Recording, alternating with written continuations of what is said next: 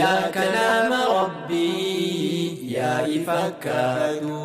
السلام عليكم ورحمة الله تعالى وبركاته. بقربين جاك بجما في الفاتا جاك آليتي جي رمضانات النجيه وربرنا كم بريد دونو أقول سنين جاك مركزنا الرجال العلمية للتعليم الكتاب والسنة كان أستاذ كينيا كبجمو في جالة أستاذ معاذ أحمد شفاوين برسي فمو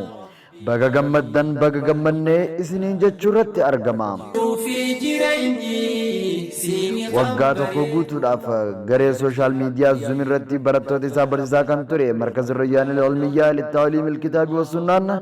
guyyaa irraan tanaa jechuunis maarchii 20 bara 2023 yookaan kan Shaabaana 28 sagantaa adda taate tan eebba markaza Rayyaanil Olmiyyaa Littaawilimil Ilkitaabii Wasunnaa sagantaa simannaa Ramadaanaatii fi akkasumas eebba sagantaa isaa waan qabuuf hundi keessanuu affeeramtanii jirtu.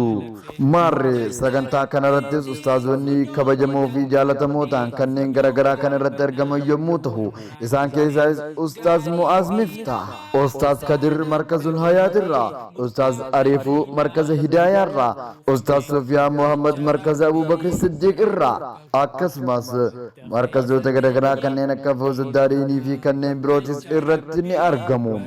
Maarree warreen eebbifamtanis baga gammaddan jecha